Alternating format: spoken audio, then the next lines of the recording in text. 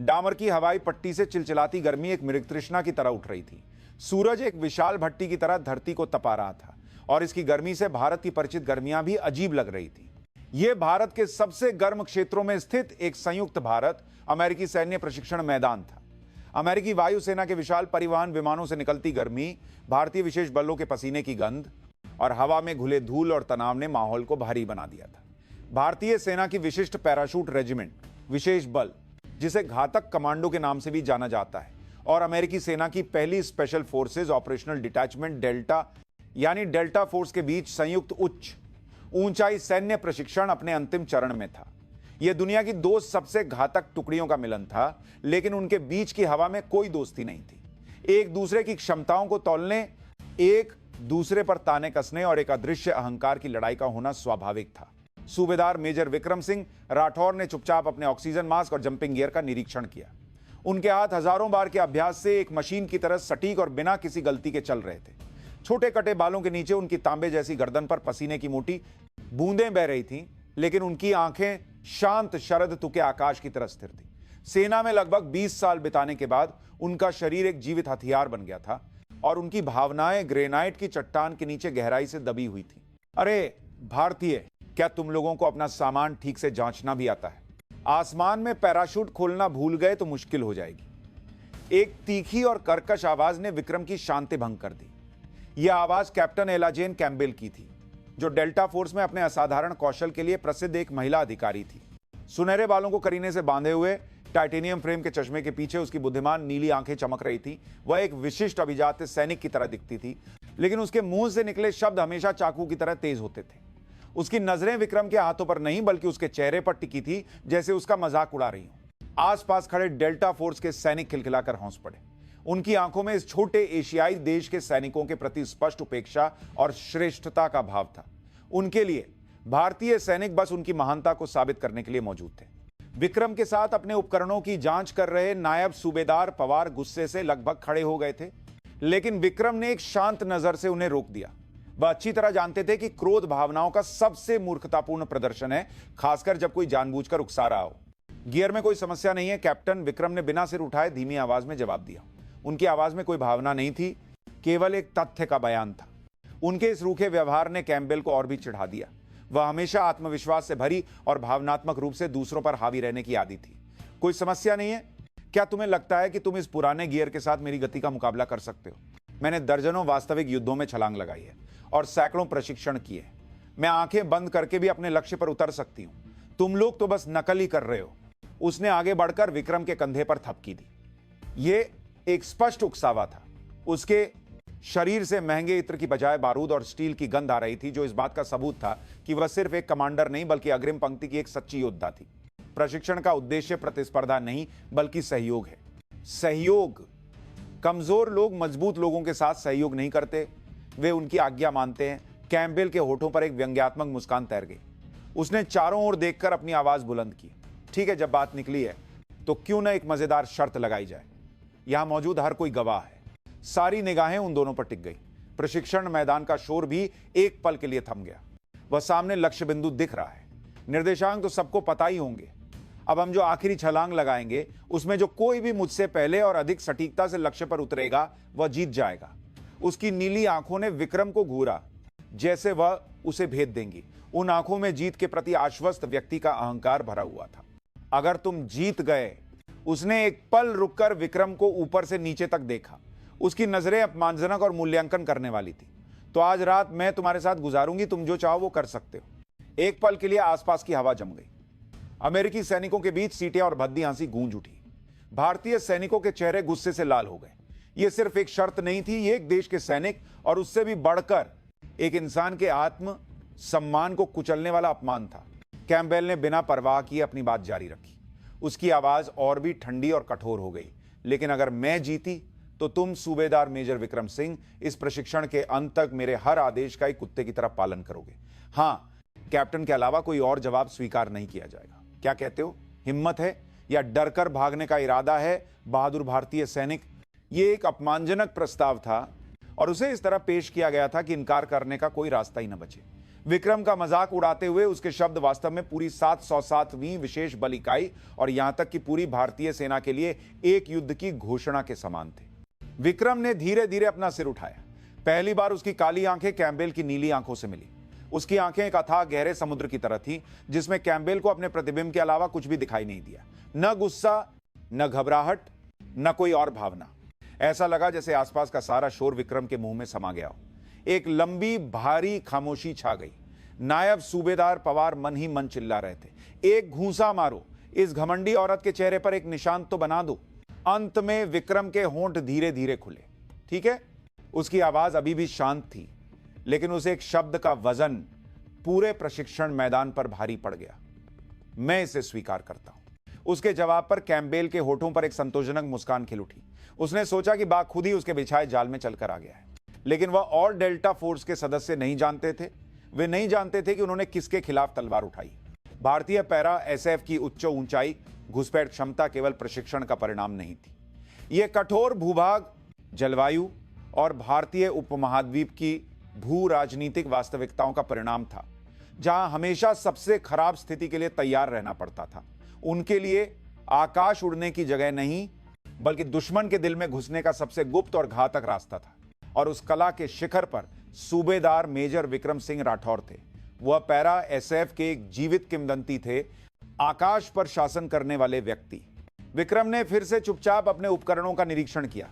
उसके हाथों में पहले से अलग एक सूक्ष्म ऊर्जा थी। यह गुस्सा नहीं था, न ही अपमान। यह उस शीर शिकारी की शांत युद्ध भावना थी, जिसने एक ऐसे प्रतिद्वंद्वी का सामना किया था जिसके खिलाफ उसे अपना सब कुछ दांव पर लगाना था। धूल भरी हवा उसके गालों को सहलाकर गुजर गई, जैसे आकाश में शुरू होने वाले युद्ध की प्रस्तावना हो। सिकोरस की परिवहन विमान का भारी धड़ धरती को हिलाता हुआ उड़ा। खिड़की से बाहर प्रशिक्षण मैदान का दृश्य पलक झपकते ही दूर होकर एक छोटे से बिंदु में बदल गया।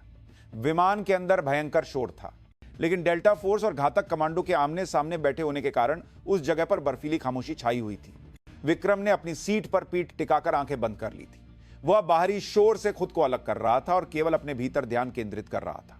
दिल की धड़कन, रक्त का प्रवाह, मांसपेशियों का सूक्ष्म कंपन, वह अपने शरीर को एक सटीक मशीन की तरह नियंत्रित कर रहा था। उसके दिमाग में सैकड़ों हजारों बार सिमुलेशन दोहराए जा रहे थे। हवा की दिशा और गति, वायुमंडल का घनत्व, लक्ष्य क्षेत्र का भूभाग और उसका शरीर, इन सभी चर राशियों के साथ कैसे तालमेल बिठाएगा, इसका एक आदर्श गणना चल रहा था। दूसरी ओर कैंपबेल अपनी बाहें बांधे विक्रम को घूर रही थी। उस भारतीय व्यक्ति की शांति उसे पसंद नहीं आ रही थी।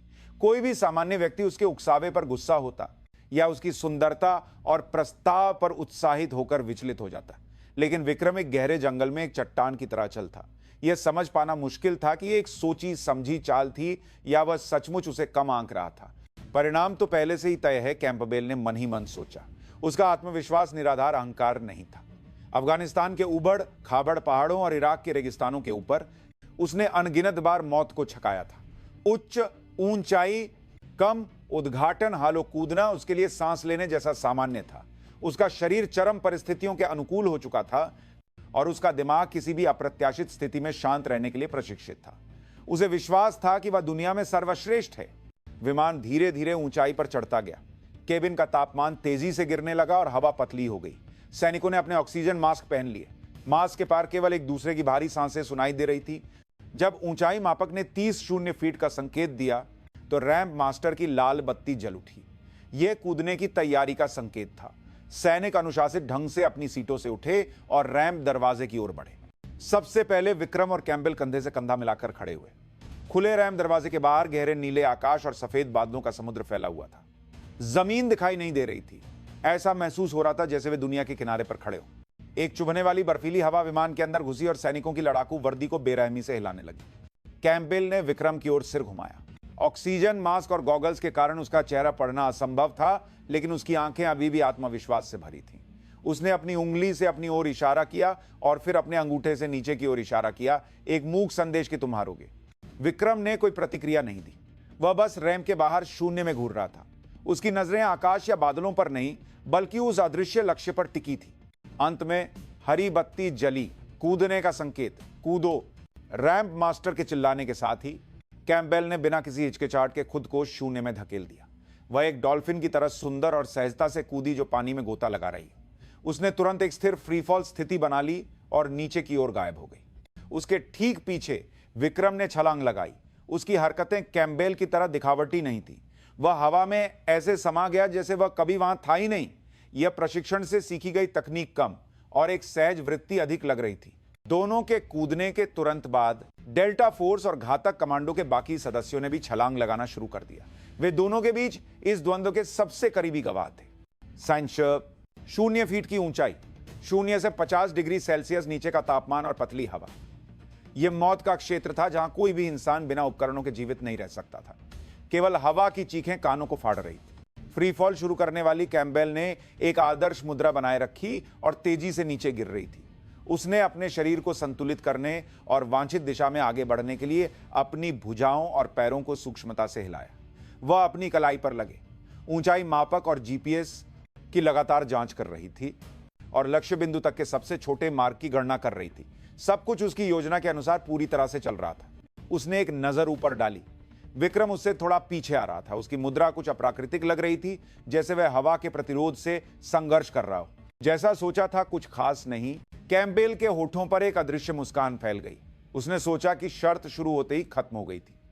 अब केवल यह सोचना बाकी था कि उस आदमी को कैसे अपमानित और नीचा दिखाया जाए। लेकिन एक बात थी जो वह नहीं जानती थी। विक्रम की वह प्राकृतिक मुद्रा वास्तव में हवा के प्रवाह को अपने पूरे शरीर से महसूस करने के लिए थी। वह केवल मशीनों पर निर्भर नहीं था। हजारों छलांगों के माध्यम से उसके शरीर ने हवा के रास्ते को पढ़ना सीख लिया था। वह इस समय अपने सभी इंद्रियों से हवा की धाराओं का एक विशाल अदृश्य नक्शा बना रहा था। 15 फीट की ऊंचाई। उनके सामने बादलों की एक मोटी परत आ गई। यह एक खतरनाक खंड था जहां दृश्यता पूरी तरह से अवरुद्ध हो जाती थी।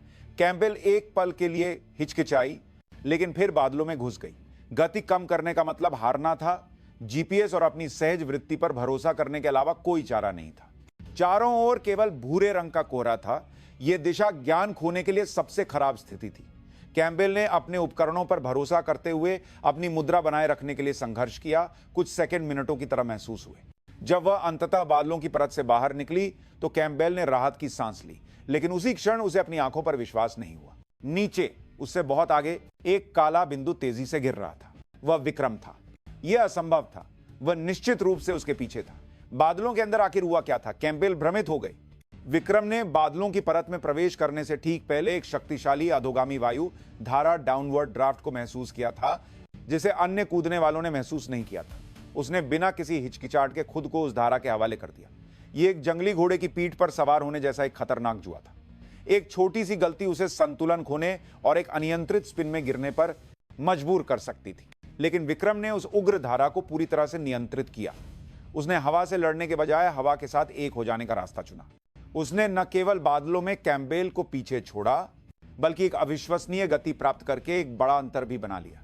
कैम्पबेल ने विक्रम को पकड़ने के लिए अपनी मुद्रा को और नीचे झुकाकर गति बढ़ाई, लेकिन जो फासला बन चुका था उसे आसानी से कम नहीं किया जा सकता था। उसकी आदर्श गणना और प्रशिक्षित तकनीक विक्रम की प्रकृति की धाराओं को पढ़ने की अलौकिक क्षमता के सामने ढह रही थी।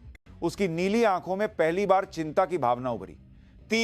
0 फीट की बर्फीली खामोशी में उसे लगा कि उसका हर विश्वास हिल रहा है। नीचे दूर दिखाई देने वाली जमीन उसे एक विशाल मुंह की तरह लग रही थी जो उसका मजाक उड़ा रहा। जीत के प्रति आश्वस्त कैम्पबेल की शांति में दरार पड़ने लगी थी। उसे पीछा करना था, उसे पकड़ना था। उसने हवा के प्रतिरोध को कम करने और गति बढ़ाने के लिए अपने शरीर को यथासंभव वायु गतिकीय एरोडायनामिक बनाया। 200 किलोमीटर प्रति घंटे से अधिक की गति से नीचे गिरते हुए उसने एक काले बिंदु की तरह दूर जा रहे विक्रम का पीछा किया। लेकिन विक्रम जैसे कि उसके पीछा करने के इरादे का मजाक उड़ा रहा हो, एक और भी कुशल मुद्रा के साथ स्थिर रूप से नीचे गिरता रहा। उसने अनावश्यक हरकतों को कम से कम किया और केवल लक्ष्य बिंदु की ओर इष्टतम मार्ग बनाए रखा। यह अनगिनत अनुभवों के माध्यम से शरीर में अंकित एक पशुवत वृत्ति का क्षेत्र था। कैम्पबेल ने चिंता में अपने होंठ काट लिए। वह हमेशा सर्वश्रेष्ठ रही थी। उसने वेस्ट पॉइंट से सम्मान के साथ स्नातक किया था और रेंजर स्कूल को पुरुषों के बराबर या उनसे बेहतर पूरा किया था। डेल्टा फोर्स चयन प्रक्रिया में उसने उन प्रशिक्षकों को गलत साबित कर दिया था जिन्होंने उसकी शारीरिक और मानसिक शक्ति पर संदेह किया था। प्रतिस्पर्धा ही उसका जीवन थी और हार एक ऐसा शब्द था जो उसके शब्दकोश में मौजूद नहीं था। और अब एक छोटे से एशियाई देश के एक सैनिक से जिसका नाम तक वह ठीक से नहीं जानती थी, वह हार रही थी। वह भी उस क्षेत्र में जिसमें वह सबसे अधिक आत्मविश्वास रखती थी। वह इसे स्वीकार नहीं कर सकती थी। नहीं, वह इसे स्वीकार नहीं करना चाहती थी। अभी खेल खत्म नहीं हुआ है, लैंडिंग बाकी है। उच्च ऊंचाई कूद का सार केवल तेजी से गिरना नहीं था, बल्कि निर्धारित स्थान पर कितनी सटीकता से उतरना था। अंतिम क्षण का निर्णय और कौशल ही जीत और हार का फैसला करेगा। कैम्पबेल ने अपना सब कुछ अंतिम लैंडिंग पर दांव पर लगाने का फैसला किया। ऊंचाई मापक ने 4.0 फीट का संकेत दिया। पैराशूट खोलने का समय आ गया था। विक्रम ने पहले हरकत की। उसने बिना किसी हिचकिचाहट के अपनी पीठ के पीछे का हैंडल खींचा। धमाके जैसी आवाज के साथ सहायक पैराशूट बाहर निकला और फिर मुख्य पैराशूट एक विशाल पंख की तरह खुल गया, जिससे उसकी गिरने की गति तेजी से कम हो गई। उसके कुछ ही पलों बाद कैम्पबेल ने भी अपना पैराशूट खोल दिया। दोनों ने बिल्कुल सही समय पर ऐसा किया। एक आम आदमी शायद इस अंतर को पहचान भी नहीं पाता, लेकिन इन दो शीर्ष विशेषज्ञों के लिए वह क्षणभंगुर पल जीत और हार का फैसला कर सकता था। पैराशूट खोलते ही विक्रम ने तुरंत नियंत्रण रस्सियों को पकड़ा और आसपास की हवा की धाराओं की जांच की। वह एक विशाल पतंग उड़ाने वाले की तरह कुशलता से हवा की सवारी करते हुए लक्ष्य की ओर बढ़ने लगा। उसकी हरकतें पानी के प्रवाह की तरह स्वाभाविक थी। कैम्पबेल ने भी उत्कृष्ट नियंत्रण का प्रदर्शन किया। उसने गति बनाए रखने और विक्रम के साथ दूरी कम करने के लिए एक मजबूत पार्श्व हवा का उपयोग किया। उसका नियंत्रण एक पाठ्यपुस्तक की तरह सटीक और गणनात्मक था। हर हरकत एक गणितीय सूत्र के अनुसार हो रही थी, लेकिन विक्रम का तरीका अलग था। वह सूत्रों पर निर्भर नहीं था, वह हवा को पढ़ रहा था।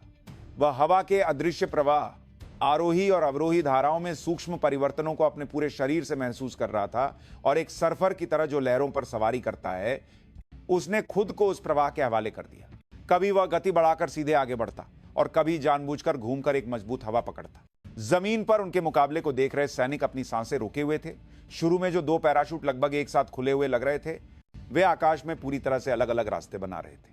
जहां कैम्पबेल का पैराशूट एक सीधी और आक्रामक रेखा में था, वहीं विक्रम का पैराशूट एक जीवित प्राणी की तरह हवा के साथ नाचते हुए सुंदर वक्र बना रहा था।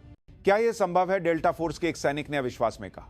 उनकी आंखों को भी विक्रम की उड़ान की असाधारणता दिखाई दे रही थी। यह केवल कौशल का मामला नहीं था। लक्ष्य बिंदु 10 मीटर व्यास का एक वृत्त था, जिसके केंद्र में एक लाल झंडा लगा हुआ था। कौन झंडे के ज्यादा करीब उतरता है, यही जीत का पैमाना था। कैम्पबेल ने अंतिम दृष्टिकोण के लिए अपनी ऊंचाई तेजी से कम करते हुए गति बढ़ाई। वह एक लड़ाकू जेट की तरह जो अपने लक्ष्य पर हमला करता है, एक सटीक कोण पर लक्ष्य की ओर बढ़ी।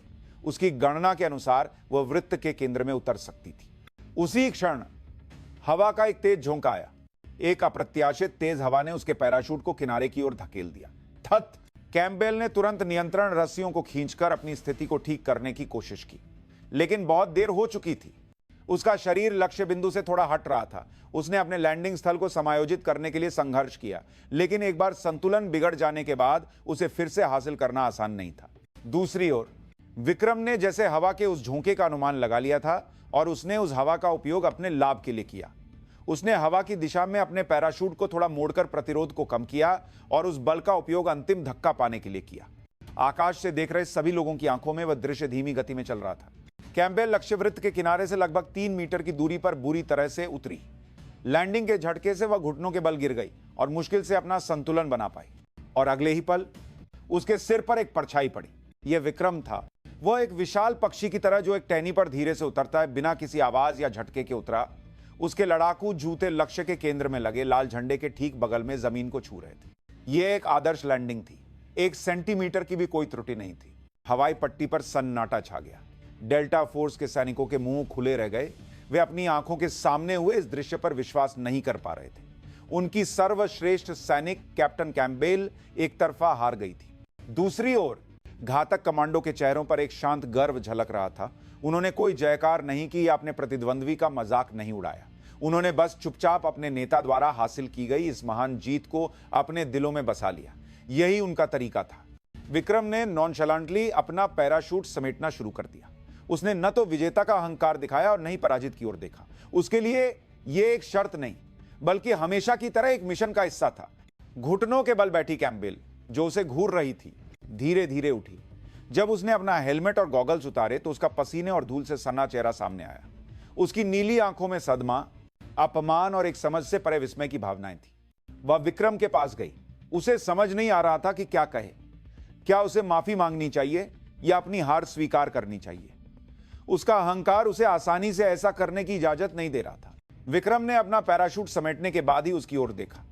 उसकी काली आंखें अभी भी गहरी और शांत थीं।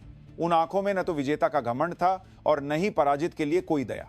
शर्त तो शर्त होती है, विक्रम ने धीमी आवाज में कहा। उसकी आवाज हवा के शोर में मुश्किल से सुनाई दे रही थी, लेकिन कैम्पबेल के कानों में यह एक गरज की तरह गूंजी। उसने और कुछ नहीं कहा और अपनी टुकड़ी की ओर चल दिया जो पहले ही पहुंच चुकी थी। उसकी पीठ को देखते हुए कैम्पबेल ने अपने जीवन में पहली बार एक ऐसी लाचारी महसूस की और साथ ही उसके दिल की गहराइयों से एक अज्ञात गर्म भावना उठी। यह गुस्से से अलग एक अवर्णनीय भावना थी। उस रात प्रशिक्षण मैदान के पास के एक छोटे से शहर में अंधेरा छा गया। कठिन प्रशिक्षण के बाद आराम कर रहे सैनिकों के क्वार्टरों का माहौल हर इकाई में अलग अलग था। डेल्टा फोर्स के क्वार्टर में भारी खामोशी छाई हुई थी। दिन की हार ने उनके अहंकार पर गहरी चोट पहुंचाई थी और खासकर कैप्टन कैम्पबेल ने खुद को एक कमरे में बंद कर लिया था और किसी से बात नहीं कर रही थी।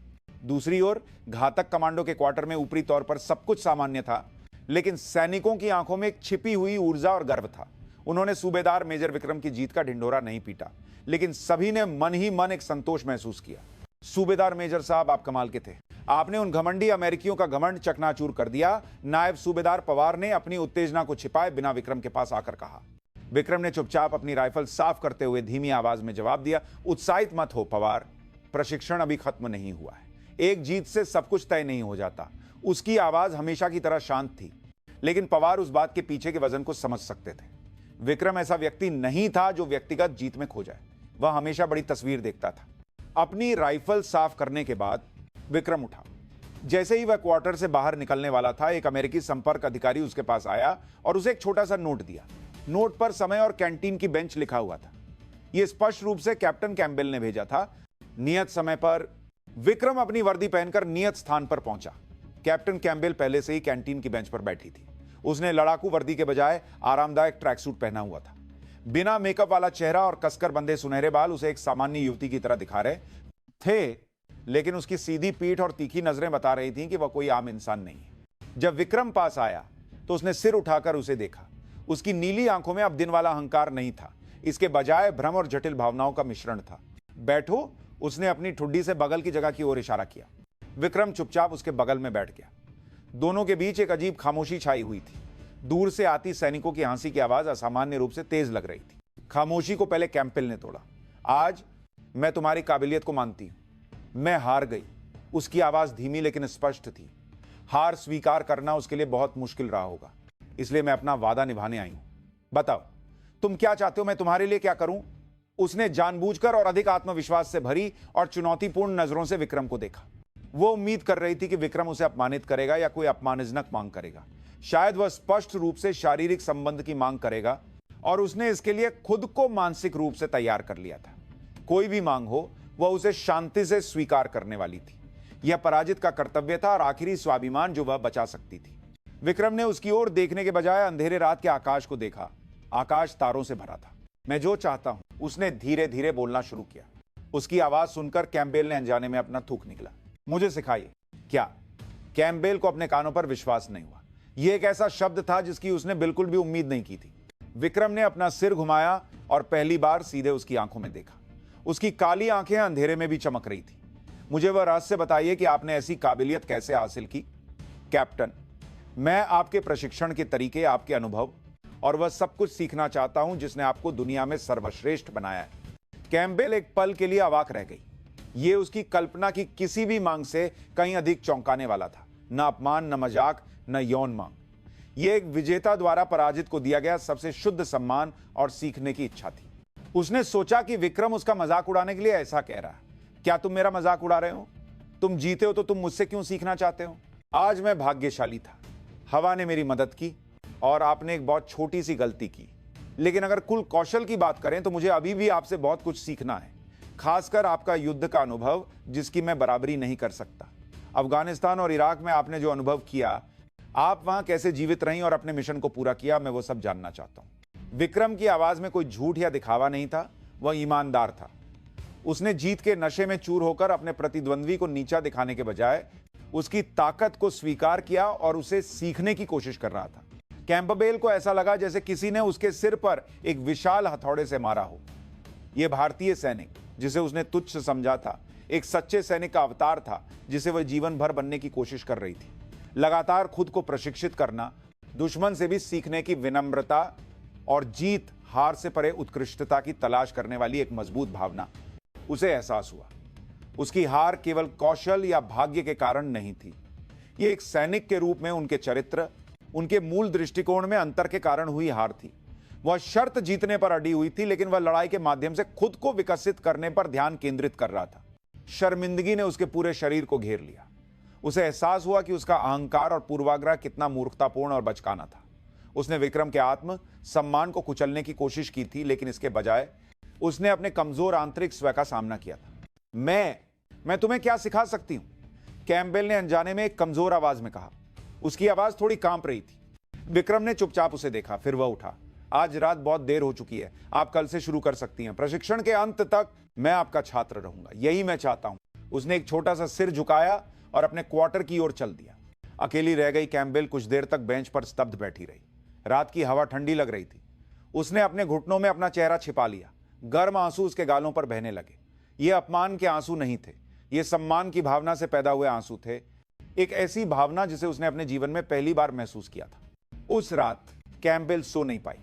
उसका दिमाग विक्रम सिंह राठौर नाम के उस व्यक्ति के विचारों से भरा हुआ था। उसकी शांत आंखें, उसकी शांत आवाज और एक विजेता की उसकी अकल्पनीय मांग। उसने उन सभी दीवारों को एक झटके में ढहा दिया था जो उसने अपने चारों ओर खड़ी की थी, और उन खंडारों पर उसे एक पूरी तरह से नई भावना का बीज अंकुरित होता हुआ महसूस हुआ। उसे अभी तक पता नहीं था कि यह उसे भविष्य में कैसे बदलेगा। अगले दिन भोर होने से पहले नीले अंधेरे में विक्रम हमेशा की तरह परेड ग्राउंड में निकल गया। यह उसके दैनिक व्यक्तिगत प्रशिक्षण का समय था। बिना शर्ट के उसका मजबूत ऊपरी शरीर भोर की ठंडी हवा में हल्की भाप छोड़ रहा था। अनगिनत प्रशिक्षणों और लड़ाइयों से बने छोटे बड़े निशान उसके बीते तारामदेर हुए वर्षों की कहानी कह रहे थे। जैसे ही उसने वार्म अप शुरू किया, परेड ग्राउंड के एक कोने से एक परिचित सिलुएट उभरी। यह कैप्टन कैम्पबेल थी। वह भी विक्रम की तरह साधारण प्रशिक्षण पोशाक में थी। रात भर न सोने के कारण उसका चेहरा थोड़ा थका हुआ लग रहा था, लेकिन उसकी आंखें पहले से कहीं अधिक गहरी और गंभीर थीं। दोनों ने बिना कुछ कहे एक दूसरे का सामना किया। एक अजीब माहौल था, लेकिन यह पिछली रात के तनाव से अलग था। आज से क्या करना है? कैम्पबेल ने पहले बोलना शुरू किया। उसकी आवाज अभी भी थोड़ी असहज थी, लेकिन उसमें अब कोई चुभने वाली धार नहीं थी। विक्रम ने एक पल सोचा और फिर परेड ग्राउंड के कोने में एक रस्सी की ओर इशारा किया। क्या हम इससे शुरू कर सकते हैं? उसके प्रस्ताव पर कैम्पबेल ने एक अविश्वसनीय भाव बनाया। डेल्टा फोर्स के कठोर प्रशिक्षण से गुजरी हुई उसे एक साधारण रस्सी चढ़ने के लिए कहा जा रहा था। यह एक बच्चे के खेल जैसा लगा, लेकिन उसने कोई शिकायत नहीं की और चुपचाप रस्सी के पास चली गई। कल की हार और विक्रम की मांग के बाद उसने पहले उसके तरीकों का पालन करने का फैसला किया था। कैम्पबेल ने कुशलता से रस्सी पकड़ी और एक ही झटके में अपने ऊपरी शरीर को ऊपर खींच लिया। अपनी मजबूत भुजाओं और कोर की ताकत का उपयोग करते हुए वह तेजी से ऊपर चढ़ गई। उसकी हरकतें तेज और विस्फोटक थीं। किसी के भी लिए यह एक शानदार प्रदर्शन था, लेकिन विक्रम ने चुपचाप अपना सिर हिलाया। ऐसे नहीं, उसने कैम्पबेल को नीचे आने के लिए कहा और फिर खुद रस्सी पकड़ी। उसने कैम्पबेल की तरह विस्फोटक शक्ति का उपयोग नहीं किया। इसके बजाय उसने अपने पूरे शरीर की मांसपेशियों का सामंजस्यपूर्ण ढंग से उपयोग किया और पानी की तरफ बहते हुए धीरे धीरे ऊपर चढ़ गया। उसकी हरकतें शक्ति का प्रदर्शन नहीं, बल्कि दक्षता का चरम थी। न्यूनतम ऊर्जा के साथ अधिकतम परिणाम प्राप्त करने वाली हरकतें। यह भारतीय मार्शल आर्ट में वर्णित प्राण के प्रवाह जैसा था। अगर तुम केवल शक्ति से चढ़ने की कोशिश करोगी तो तुम जल्दी थक जाओगी। तुम्हें अपने पूरे शरीर के संतुलन और अपनी सांस का उपयोग करना होगा। हर हरकत अगली हरकत की तैयारी होनी चाहिए। विक्रम ने रस्सी के ऊपर से नीचे देखते हुए शांति से समझाया। उसका स्पष्टीकरण सैन्य मैनुअल में पाए जाने वाले कठोर सिद्धांतों जैसा नहीं था। यह वह जीवित ज्ञान था जो केवल लंबे समय तक शरीर द्वारा अनुभव किए जाने के बाद ही प्राप्त हो सकता है। कैम्पबेल ने चुपचाप उसकी बातें सुनी। शुरू में उसके अहंकार को चोट लगी, लेकिन उसकी हरकतों और स्पष्टीकरण को सुनने के बाद उसे एहसास हुआ कि वह शक्ति आधारित युद्ध शैली पर कितना निर्भर थी। विस्फोटक शक्ति और अत्याधुनिक उपकरण ये उसके डेल्टा फोर्स का प्रतीक थे, लेकिन विक्रम इसके ठीक विपरीत रास्ते पर था। वह अपने शरीर को सबसे सटीक उपकरण बना रहा था और अपनी शक्ति की सीमाओं को पार करने के लिए प्रकृति के प्रवाह का उपयोग कर रहा था। उस दिन के बाद दोनों के बीच यह अजीब व्यक्तिगत प्रशिक्षण हर सुबह जारी रहा। विक्रम ने कैम्पबेल को पैरा एसएफ की अनूठी प्रशिक्षण विधियों के बारे में एक एक करके बताया। मोटी रस्सियों का उपयोग करके टार्जन स्विंग, हिलते हुए लट्ठों पर संतुलन बनाना और आंखों पर पट्टी बांधकर केवल ध्वनि पर भरोसा करके बाधाओं को पार करने का संवेदी प्रशिक्षण। शुरू में कैम्पबेल को यह सब प्रशिक्षण अक्षम और पुराना लगा, लेकिन जैसे जैसे प्रशिक्षण आगे बढ़ा उसे एहसास हुआ कि यह केवल शारीरिक फिटनेस के बारे में नहीं था, बल्कि मानवीय इंद्रियों को उनकी सीमा तक धकेलने और किसी भी स्थिति में शांति बनाए रखने वाली एक मजबूत मानसिक शक्ति विकसित करने की प्रक्रिया थी। उसे विशेष रूप से श्वास तकनीक ने आश्चर्यचकित किया। विक्रम ने प्राणायाम नामक एक गहरी और शांत श्वास के माध्यम से तीव्र गतिविधि के बीच भी अविश्वसनीय एकाग्रता और शांति बनाए रखी। कैम्पबेल ने उसकी श्वास तकनीक सीखना शुरू किया और जल्द ही उसने महसूस किया कि उसकी निशानेबाजी और युद्ध कौशल पहले से कहीं अधिक स्थिर और सटीक हो गए थे। उनका रिश्ता धीरे धीरे बदल रहा था।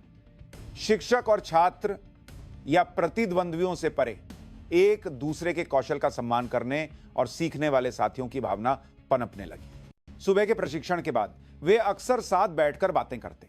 कैम्पबेल अफगानिस्तान में अपने कठोर युद्ध अनुभवों के बारे में बताती और विक्रम हिमालय की दुर्गम पर्वत श्रृंखलाओं में अपने कड़ाके की ठंड के प्रशिक्षण की कहानियां सुनाता। वे अलग अलग वातावरण में अलग अलग तरीकों से लड़े थे, लेकिन उनकी कहानियों में एक गहरी सहानुभूति थी जिसे केवल मौत के मुहाने से लौटे योद्धा ही साझा कर सकते थे। कैम्पबेल को एहसास हुआ कि विक्रम केवल एक उत्कृष्ट सैनिक ही नहीं, बल्कि एक गहरी आंतरिक दुनिया और दर्शन वाला व्यक्ति भी था। वह एक सच्चा रक्षक था जो अपने देश और अपने साथियों की रक्षा के लिए स्वेच्छा से खुद को बलिदान करने के लिए तैयार था। उनके इस बदलाव को सबसे पहले दोनों इकाइयों के सैनिकों ने महसूस किया। शुरू में जो डेल्टा फोर्स के सैनिक कैम्पबेल पर हंसते थे और विक्रम से सतर्क रहते थे, वे भी हर दिन एक दूसरे को सिखाते और सीखते हुए पसीना बहाते देखकर धीरे धीरे अपना रवैया बदलने लगे।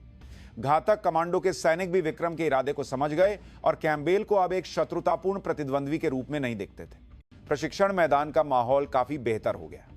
अदृश्य तनाव और अहंकार की लड़ाई की जगह एक दूसरे की ताकत सीखने की एक स्वस्थ प्रतिस्पर्धी भावना और एक मजबूत भाईचारे ने ले ली। एक दिन शूटिंग रेंज पर कैम्पबेल एक नई स्नाइपर राइफल को शून्य करने में संघर्ष कर रही थी। सूक्ष्म हवा और नमी प्रक्षेपवक्र को प्रभावित कर रही थी। तभी प्रशिक्षण देख रहे विक्रम चुपचाप उसके पास आया। हवा को गोली मारने की कोशिश मत करो, यह सोचो कि तुम गोली को हवा के रास्ते पर भेज रही हो। वह कैम्पबेल के बगल में लेट गया और स्कोप में देखने के बजाय दूर के पहाड़ पर पेड़ों की हिलती हुई शाखाओं की ओर इशारा किया। उस शाखा का हिलना, घास की दिशा और तुम्हारी त्वचा पर हवा का स्पर्श, यह सब हवा की भाषा है। अगर तुम उस भाषा को पढ़ सकती हो तो गोली खुद ही लक्ष्य ढूंढ लेगी। उसके शब्द एक कविता की तरह लग रहे थे, लेकिन कैम्पबेल ने सहज रूप से उसका अर्थ समझ लिया। उसने अपनी आंखें बंद की और एक पल के लिए, जैसा उसने कहा था, अपने सभी इंद्रियों को खोलकर हवा को महसूस किया।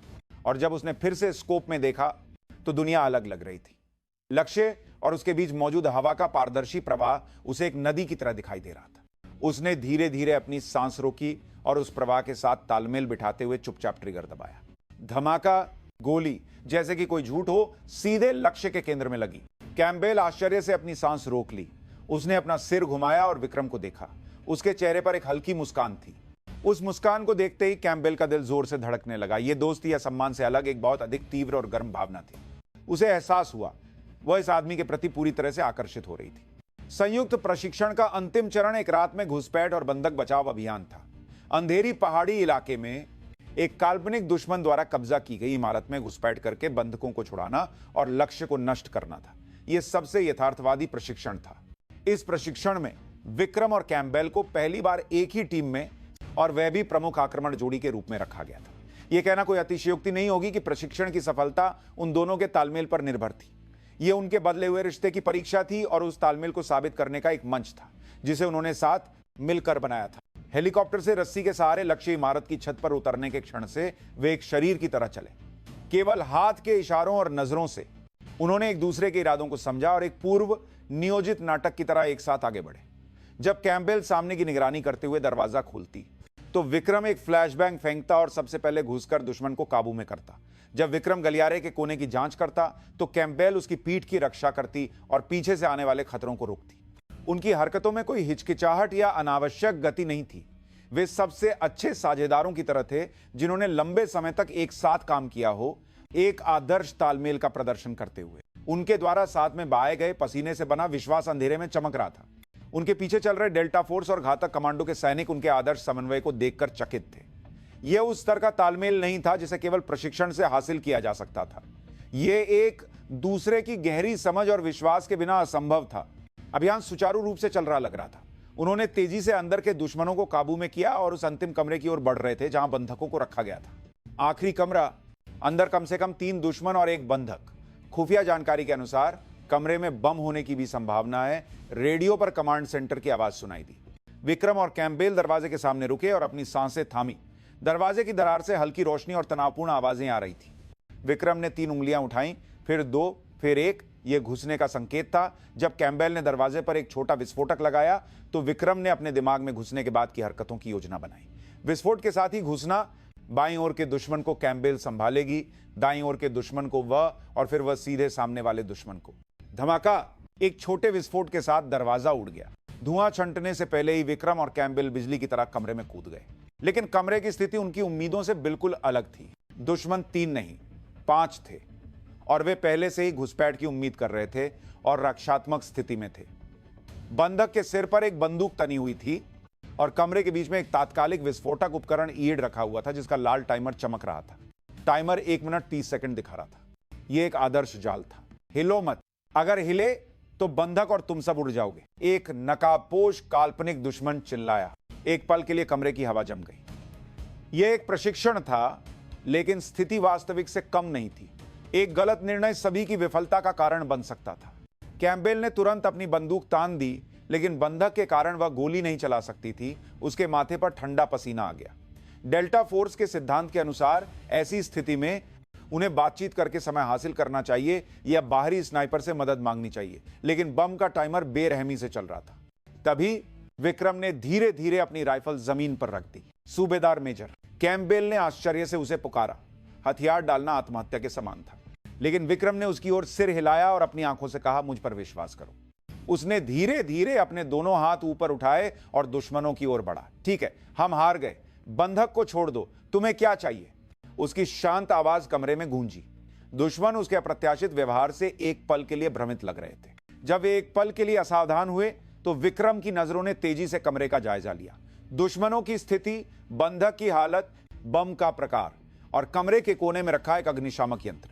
हमें तुम्हारी जान चाहिए, बंधक को पकड़े हुए दुश्मन ने असावधानी से चिल्लाया और उसी क्षण विक्रम का शरीर हरकत में आया। यह एक इंसान की गति नहीं थी।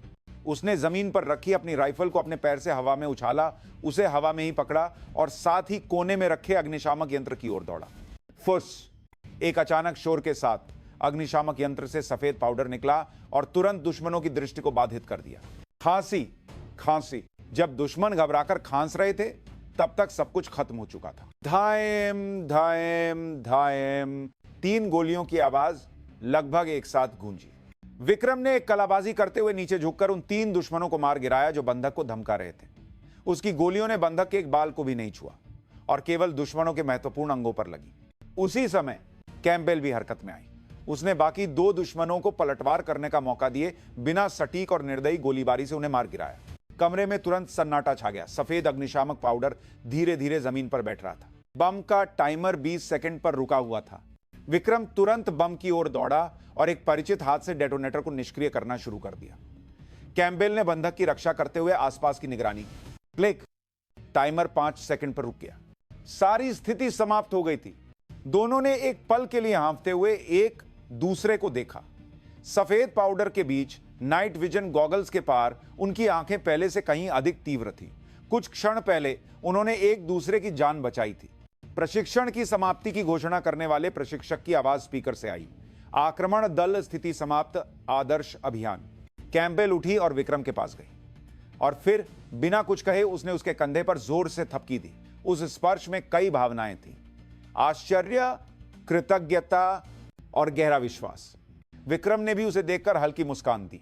अंधेरे और बारूद के धुएं के बीच उनकी आंखें मिली। उस क्षण उन्हें एहसास हुआ वे अब केवल प्रशिक्षण साथी नहीं थे, वे साथी योद्धा बन गए थे जिन्होंने एक साथ मौत का सामना किया था और एक विशेष बंधन साझा किया था जो उससे भी बढ़कर था। अंधेरे में जली एक छोटी सी चिंगारी एक अनियंत्रित आग बनने लगी थी। सभी संयुक्त प्रशिक्षण समाप्त होने के बाद अंतिम रात को एक साधारण विदाई पार्टी का आयोजन किया गया। अजीब पहली मुलाकात के विपरीत प्रशिक्षण मैदान के एक कोने में बने अस्थायी भोजन कक्ष में घातक कमांडो और डेल्टा फोर्स के सैनिक एक साथ बैठकर हंस रहे थे और अंतिम रात की विदाई का आनंद ले रहे थे। विक्रम शोरगुल वाली पार्टी से बाहर निकलकर अकेले परेड ग्राउंड के कोने में सिगरेट पी रहा था। कई दिनों का तनाव दूर होने के साथ उसे थकान और दिल के एक कोने में खालीपन महसूस हो रहा था। कल वे सब अपनी अपनी जगहों पर लौट जाएंगे, कैंपबेल भी। शायद वे फिर कभी नहीं मिलेंगे। तभी कोई उसके बगल में आया। बिना देखे ही वह जानता था कि यह कैंपबेल है। उसे उसकी परिचित गंध महसूस हुई। अकेले क्या कर रहे हो? उसने धीमी आवाज में पूछा। बस थोड़ी हवा खा रहा था। दोनों के बीच फिर से खामोशी छा गई, लेकिन यह खामोशी अब अजीब नहीं थी। वे एक ऐसे मुकाम पर पहुंच गए थे जहां बिना कुछ कहे भी एक दूसरे के साथ सहज महसूस कर सकते थे। आकाश से हल्की बूंदाबांदी शुरू हो गई थी। ठंडी रात की हवा के साथ गिरती बारिश ने दोनों के कंधों को भिगो दिया। बारिश हो रही है, कैंपबेल ने आकाश की ओर देखते हुए कहा। हाँ, मुझे बारिश पसंद नहीं थी, लेकिन अजीब तरह से आज यह बारिश बुरी नहीं लग रही है। उसने अपना सिर घुमाया और विक्रम को देखा। बारिश से भीगे उसके सुनहरे बाल उसके चेहरे पर चिपके हुए थे और उसकी नीली आंखें रात की रोशनी में असामान्य रूप से गहरी और उदास लग रही थी। कल तुम चले जाओगे? हाँ। क्या हम फिर मिलेंगे? विक्रम इस सवाल का आसानी से जवाब नहीं दे सका। एक सैनिक की पहचान, अलग अलग राष्ट्रीयताएं और एक अप्रत्याशित भविष्य, उनके सामने बहुत सारी बाधाएं थीं। मुझे नहीं पता। उसके ईमानदार जवाब पर कैंपबेल के चेहरे पर निराशा की एक झलक दौड़ गई। उसने अपना सिर झुकाया और अपने जूतों के सिरों को देखने लगी। विक्रम, उसने पहली बार उसका रैंक हटाकर उसका नाम लिया। तुम्हारी वजह से सब कुछ गड़बड़ हो गया है। उसकी आवाज में शिकायत थी, लेकिन उसमें एक गहरा दुहक भी छिपा हुआ था। तुमसे मिलने से पहले मैं अपनी जिंदगी से संतुष्ट थी। सर्वश्रेष्ठ सैनिक बनना मेरा एकमात्र लक्ष्य था और मुझे लगता था कि मैं सबसे अच्छा कर रही हूं। लेकिन फिर तुम आए और मेरी पूरी दुनिया को हिलाकर रख दिया। वह एक कदम और उसके करीब आई। उनके कंधे एक दूसरे को छूने के लिए काफी करीब थे। मैंने तुम्हारे जैसा मजबूत और साथ ही इतना विनम्र आदमी कभी नहीं देखा।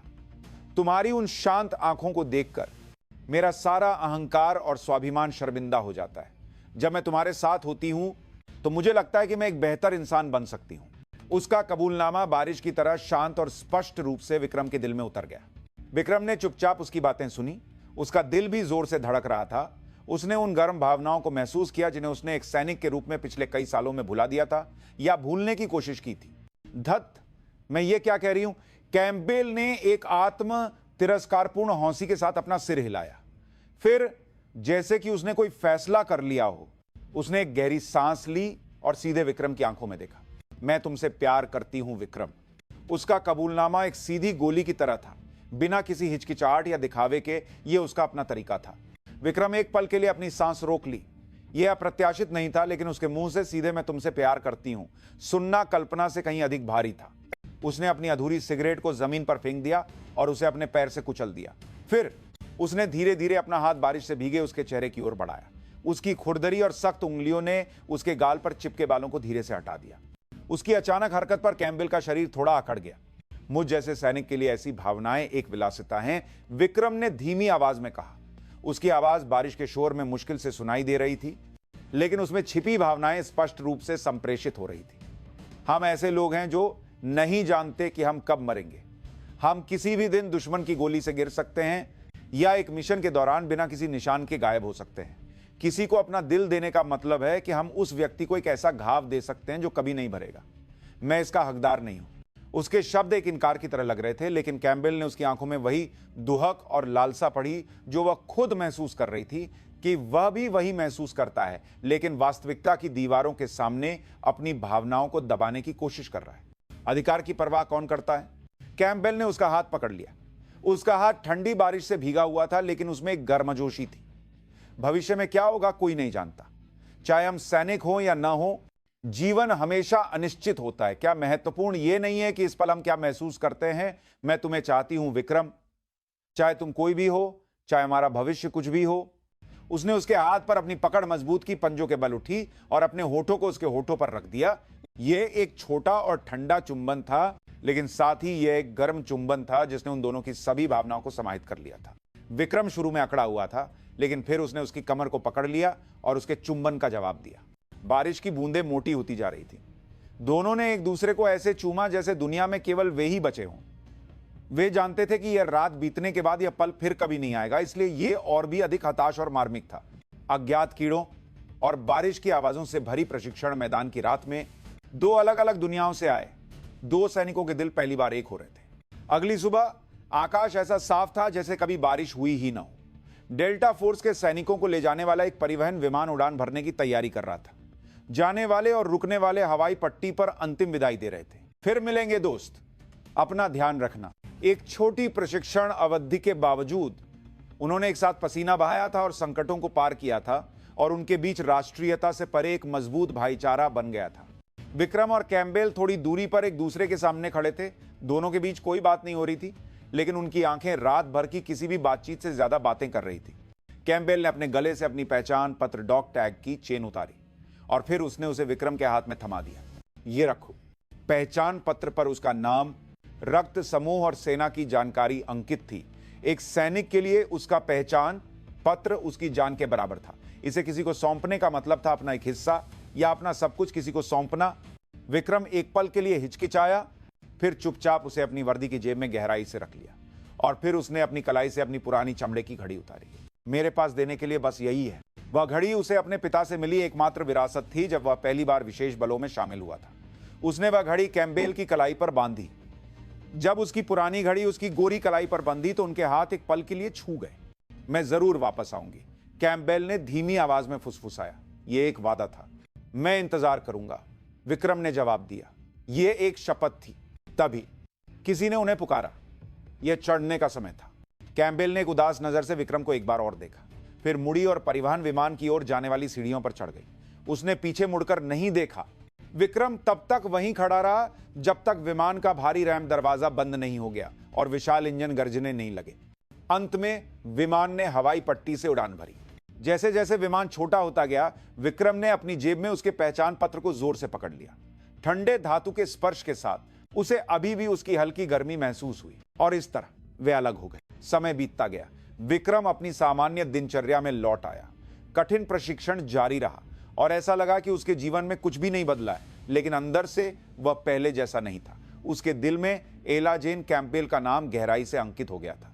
प्रशिक्षण के बिना रातों में वह उसकी दी हुई घड़ी को सहलाता और दूर कहीं उसकी याद करता। वह अब कहां होगी, कौन सा मिशन कर रही होगी, क्या वह सुरक्षित होगी, वह उससे संपर्क करने का कोई तरीका नहीं जानता था। डेल्टा फोर्स एक अत्यंत गोपनीय इकाई थी और एक मिशन पर तैनात सैनिक से निजी संपर्क लगभग असंभव था। वह केवल उसके वादे पर विश्वास करके इंतजार कर सकता था। एक दिन उसने अंतर्राष्ट्रीय समाचारों में सुना कि मध्य पूर्व में संघर्ष बढ़ रहा है। अमेरिकी विशेष बलों को एक बड़े आतंकवाद रोधी अभियान में तैनात किए जाने की एक छोटी सी खबर भी थी। विक्रम का दिल डूब गया। उसे डर था कि वह वहां हो सकती है। उस दिन के बाद वह हर रात अंतर्राष्ट्रीय समाचार देखता, उसके किसी सुराग की तलाश में, लेकिन उसके बारे में कोई खबर नहीं थी। समय चिंताजनक रूप से बीतता गया और उसका दिल जल रहा था।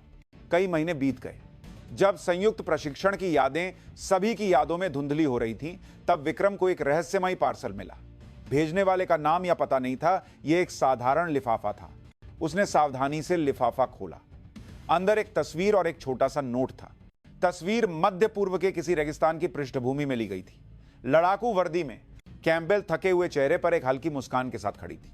उसकी कलाई पर उसकी दी हुई पुरानी चमड़े की घड़ी स्पष्ट रूप से दिखाई दे रही थी और नोट पर केवल एक वाक्य लिखा था, जिंदा हूं और अभी भी तुम्हारे बारे में सोचती हूं। विक्रम तस्वीर और नोट पकड़े हुए काफी देर तक हिल नहीं सका। उसकी आंखें नम हो गईं। वो जिंदा थी। एक खतरनाक जगह पर, मौत के खतरे के बीच वह उसे नहीं भूली थी, इतना ही काफी था। उसने उसकी तस्वीर को अपनी अलमारी में सबसे गहरी जगह पर अपनी मां की तस्वीर के बगल में लगा दिया और फिर वह प्रशिक्षण मैदान की ओर चल दिया। उसके कदम पहले से कहीं अधिक हल्के और ऊर्जावान थे। इंतजार दर्दनाक था, लेकिन यह जानकर कि अंत में आशा है, वह इसे सहन कर सकता था। उसे और मजबूत बनना था, इतना मजबूत कि जब वो वापस आए तो वो उसकी रक्षा कर सके, और इतना मजबूत कि वो उसके साथ रहने का हकदार हो। उसकी छोड़ी हुई गर्मी उसके दिल में एक न बुझने वाली लौ की तरह जल रही थी। विक्रम को कैम्पबेल की खबर मिलने के बाद एक और लंबी खामोशी का दौर बीत गया। 2 मौसम बदल गए और इस दौरान वह केवल प्रशिक्षण पर ध्यान केंद्रित करता रहा। यह विचार कि वह इस समय भी दुनिया में कहीं अपनी जान जोखिम में डालकर लड़ रही होगी, उसे और भी मजबूत बनने के लिए प्रेरित करता था। उसका कौशल दिन ब दिन निखरता गया और इकाई में उसका कोई मुकाबला नहीं कर सकता था। इस बीच अंतर्राष्ट्रीय स्थिति और भी खराब होती जा रही थी। पूर्वी एशिया में युद्ध के बादल मंडराने लगे। एक उत्तरी तानाशाही देश लगातार सैन्य उकसावे में लगा हुआ था और उसके पीछे एक विशाल शक्ति की काली छाया थी। भारतीय उपमहाद्वीप एक बार फिर दुनिया का एक विस्फोटक केंद्र बन गया था। घातक कमांडो को भी हाई अलर्ट पर रखा गया था। प्रशिक्षण की तीव्रता वास्तविक युद्ध जैसी हो गई थी और सभी सैनिकों को आपातकालीन तैनाती के लिए तैयार रहने का आदेश दिया गया था। विक्रम इस सारी स्थिति के केंद्र में था, अपनी इकाई का नेतृत्व कर रहा था और आने वाले तूफान का पूर्वाभास कर रहा था। एक दिन उसे इकाई के कमांड मुख्यालय से एक अत्यंत गोपनीय बुलावा आया। जब विक्रम सुरक्षित सुविधा में दाखिल हुआ तो वहां कमांडर और अन्य वरिष्ठ सैन्य अधिकारियों के साथ कुछ अपरिचित अमेरिकी चेहरे बैठे हुए थे। वे सैनिकों की तरह नहीं बल्कि खुफिया एजेंसी के एजेंटों की तरह लग रहे थे। सूबेदार मेजर, ये लोग अमेरिकी केंद्रीय खुफिया एजेंसी CIA से हैं। कमांडर ने उसका परिचय कराया। सम्मेलन कक्ष में एक तनावपूर्ण माहौल था। CIA एजेंटों के नेता ने विक्रम से हाथ मिलाया। मेरा नाम जॉन स्मिथ है। मैंने सूबेदार मेजर राठौर के बारे में बहुत सुना है। उसकी अंग्रेजी विनम्र थी, लेकिन उसकी नजरें विक्रम का विश्लेषण कर रही थी। अब हम जो भी बात करेंगे वह सर्वोच्च सैन्य रहस्य है। इस कमरे से बाहर निकलते ही आपको सब कुछ भूल जाना होगा। स्मिथ ने ब्रीफिंग शुरू की। जानकारी चौंकाने वाली थी। उत्तरी तानाशाही देश ने हाल ही में एक सामूहिक विनाश का हथियार WMD विकसित कर लिया था और इसका उपयोग करके पूरे पूर्वी एशिया को खतरे में डालने वाली एक आतंकवादी योजना बना रहा था। और इस हथियार की मुख्य तकनीक और घटकों को प्रदान करने वाली एक छिपी हुई शक्ति थी, एक अंतरराष्ट्रीय हथियार तस्कर और आतंकवादी समूह जिसे काला बिच्छू के नाम से जाना जाता है। कि काला बिच्छू सिर्फ एक आतंकवादी समूह नहीं है, वे दुनिया भर में स्लीपर सेल संचालित करते हैं और उनके मुखबिर विभिन्न सरकारों और सेनाओं में घुसपैठ कर चुके हैं। उनका अंतिम लक्ष्य वैश्विक अराजकता पैदा करना और उस अराजकता में अपने प्रभाव का विस्तार करना है। स्मिथ ने स्क्रीन पर कुछ उपग्रह तस्वीरें दिखाई। यह दुश्मन देश के गहरे पहाड़ों में स्थित एक गुप्त अनुसंधान सुविधा थी। हमारा लक्ष्य उस सुविधा को नष्ट करना, WMD के नमूने और विकास डेटा को हासिल करना है। विफलता स्वीकार्य नहीं है। यदि यह मिशन विफल हो जाता है तो इसके परिणाम कल्पना से परे होंगे। मिशन की कठिनाई लगभग असंभव थी। उन्हें दुश्मन के दिल में स्थित एक सुविधा में घुसपैठ करनी थी जो भारी सुरक्षा से घिरी हुई थी। नियमित सेना की तैनाती का मतलब पूर्ण युद्ध होगा, इसलिए यह असंभव था। एकमात्र समाधान एक विशिष्ट विशेष बल इकाई द्वारा एक गुप्त घुसपैठ था। इसलिए हमने इतिहास में पहली बार भारत और अमेरिका के शीर्ष एजेंटों से बनी एक संयुक्त विशेष अभियान टीम बनाने का फैसला किया है। कमांडर ने भारी मन से कहा।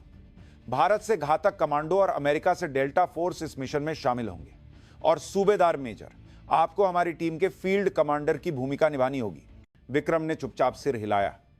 उसका दिल जोर से धड़कने लगा। यह प्रशिक्षण नहीं था, यह वास्तविक था।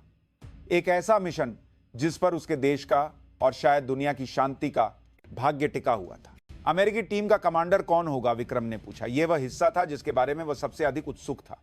स्मिथ ने एक रहस्यमयी मुस्कान के साथ जवाब दिया। इस मिशन की विशिष्ट प्रकृति को देखते हुए हमने सर्वश्रेष्ठ विशेषज्ञ को बुलाया है। कोई ऐसा व्यक्ति जो इस क्षेत्र के भूभाग और दुश्मन की विशेषताओं को किसी से भी बेहतर समझता है और जिसके पास आपके साथ संयुक्त अभियानों का अनुभव भी है। सम्मेलन कक्ष का दरवाजा खुला और एक व्यक्ति अंदर आया। लड़ाकू वर्दी में वह पहले से कहीं अधिक मजबूत और शांत दिख रही थी, लेकिन विक्रम को देखने वाली उसकी आंखें उस बारिश वाली रात की तरह गहरी और गर्म थी।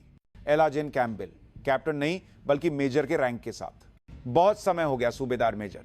उसकी आवाज धीमी और शांत थी, लेकिन विक्रम उसके भीतर की सूक्ष्म कंपकंपी को महसूस कर सकता था। दोनों ने बिना कुछ कहे एक दूसरे को देखा। पुनर्मिलन की खुशी साझा करने या एक दूसरे का हालचाल पूछने का समय नहीं था। वे अब प्रेमी के रूप में नहीं बल्कि मिशन कमांडर के रूप में फिर से मिले थे, जिन्हें एक साथ मौत का सामना करना था। तूफान आखिरकार उनके सामने आ गया था और उस तूफान के बीच में वे एक बार फिर भाग्य से बंध गए थे। मिशन ब्रीफिंग समाप्त होने के बाद जब कैम्पबेल और विक्रम अकेले रह गए तो उसने अंततः अपना कठोर भाव नरम किया। मेजर के पद पर पदोन्नति के लिए बधाई। विक्रम ने पहले चुप्पी तोड़ी। धन्यवाद, तुम भी वैसे ही हो विक्रम। या मुझे तुम्हें सूबेदार मेजर साहब कहना चाहिए? कैम्पबेल के होठों पर एक हल्की मुस्कान तैर गई, लेकिन वह मुस्कान जल्द ही गायब हो गई। उसके चेहरे पर मध्य पूर्व के कठोर युद्ध क्षेत्रों से मिले छोटे निशान और एक गहरी थकान थी जो पहले नहीं थी। तस्वीर के लिए धन्यवाद। मुझे खुशी है कि तुम सुरक्षित हो। तुम्हारी दी हुई घड़ी, तुम अभी भी उसे पहने हुए हो। उसने अपनी लड़ाकू वर्दी की आस्तीन ऊपर करके उसकी दी हुई पुरानी घड़ी दिखाई। उनका पुनर्मिलन बस इतनी ही छोटी बातचीत के साथ समाप्त हो गया। यह व्यक्तिगत भावनाओं में डूबने का समय नहीं था। उन पर दुनिया के भाग्य से जुड़े एक मिशन को सफल बनाने की भारी जिम्मेदारी थी। तुरंत एक संयुक्त अभियान दल का गठन किया गया। घातक कमांडो और डेल्टा फोर्स से 6 कुल 12 शीर्ष सैनिक एक साथ आए। कुछ परिचित चेहरे भी थे। पिछले संयुक्त प्रशिक्षण में भाग लेने वाले नायब सूबेदार पवार और डेल्टा फोर्स के स्नाइपर हॉक भी टीम में थे, लेकिन माहौल प्रशिक्षण के समय से बिल्कुल अलग था। बिना मुस्कान वाले सार फोर्स के स्नाइपर हॉक भी टीम में थे। चेहरे, तीखी चमकती आंखें और वास्तविक युद्ध में जाने वालों की एक अनोखी गंभीरता। मिशन के संयुक्त कमांडर के रूप में विक्रम और कैम्पबेल ने तुरंत अपनी टीम के साथ मिशन की योजना बनाना शुरू कर दिया। घुसपैठ के 3 रास्ते हैं। पहला, हेलीकॉप्टर से हवाई घुसपैठ। यह सबसे तेज है, लेकिन दुश्मन के रडार द्वारा पकड़े जाने का खतरा है। दूसरा, पनडुब्बी से समुद्री घुसपैठ के बाद भूमिगत मार्ग। यह अपेक्षाकृत सुरक्षित है, लेकिन इसमें बहुत अधिक समय लगता है। कैम्पबेल ने एक उपग्रह मानचित्र की ओर इशारा करते हुए समझाया। उसकी ब्रीफिंग स्पष्ट और तार्किक थी। अंतिम रास्ता एक भूमिगत सीवर का उपयोग करके घुसपैठ है। हमने इस क्षेत्र के एक पुराने नक्शे पर यह प्रत्यक्ष सीवर पाया है और यह संभवतः अनुसंधान सुविधा के तहखाने तक जाता है। यह सबसे गुप्त है, लेकिन हमें इसकी आंतरिक संरचना के बारे में पता नहीं है और हम नहीं जानते कि इसमें क्या खतरे हो सकते हैं। टीम के सदस्यों के बीच मतभेद थे। डेल्टा फोर्स के सदस्य अपनी बेहतर मारक क्षमता और उपकरणों का उपयोग करके एक सीधी हवाई घुसपैठ के पक्ष में थे। दूसरी ओर घातक कमांडो के सदस्य भूभाग का उपयोग करके एक गुप्त दृष्टिकोण को प्राथमिकता दे रहे थे और भूमिगत सीवर घुसपैठ पर जोर दे रहे थे। यह 2 इकाइयों के परिचालन दर्शन का सीधा टकराव था। यह एक ऐसी स्थिति थी जो आसानी से टीम में विभाजन का कारण बन सकती थी। सभी की निगाहें 2 कमांडरों विक्रम और कैम्पबेल पर टिकी थी। कैम्पबेल ने एक पल सोचा और फिर विक्रम की ओर मुड़ी। तुम्हारी क्या राय है विक्रम? उसने एक तरफा फैसला करने के बजाय पहले उसकी राय पूछी। यह एक ऐसा व्यवहार था जिसकी कल्पना उसके पहले के अहंकारी रूप से नहीं की जा सकती थी। वह उसका सम्मान कर रही थी। विक्रम ने नक्शे से अपनी नजरें हटाए बिना धीमी आवाज में कहा, दुश्मन उम्मीद करेगा कि हम सबसे तेज और सबसे साहसी तरीका अपनाएंगे। हवाई घुसपैठ उनके जाल में सीधे चलने जैसा होगा। वह उठा और नक्शे पर एक बिंदु की ओर इशारा किया। समुद्री घुसपैठ में भी बहुत समय लगता है और बहुत सारे चर हैं। हम इस संभावना को खारिज नहीं कर सकते कि हमारी उपस्थिति का पहले ही पता चल जाएगा। उसकी उंगली अंततः भूमिगत सीवर के प्रवेश द्वार की ओर इशारा कर रही थी। सबसे खतरनाक और अनिश्चित स्थान, वह स्थान जिस पर दुश्मन सबसे कम ध्यान देगा, वही हमारा रास्ता है।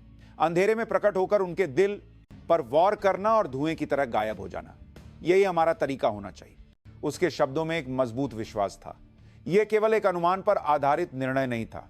यह एक विशेष बल के सैनिक की सहज वृत्ति थी जो अनगिनत वास्तविक युद्ध अनुभवों के माध्यम से सीखी गई थी।